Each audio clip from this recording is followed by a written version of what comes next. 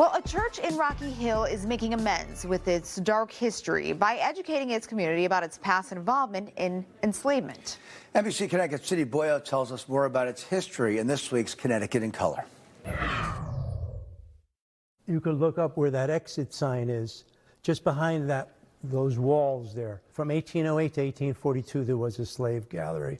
Every Sunday for the last 300 years, people have gathered to worship at Rocky Hill Congregational Church. But what was hidden above the worshipers has a deep and dark history. This is the space that was the slave gallery. What's now a tiny room acting as a closet was once a way to store slaves.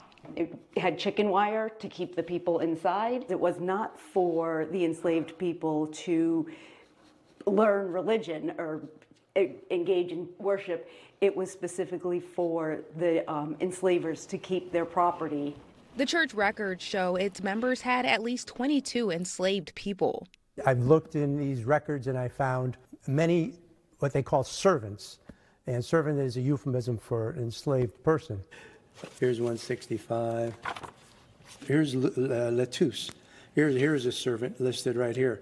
Another one of those names, Chloe Prutt, a woman enslaved by the pastor of the church. She was a remarkable woman from all we can see. One thing that's really unusual about Chloe Prutt, and actually her entire family, is that there's a lot of documentation to show us how and where they spent their lives. But with no known living ancestors, the church is trying to right its wrongs, and this summer plans to install a witness stone in her honor.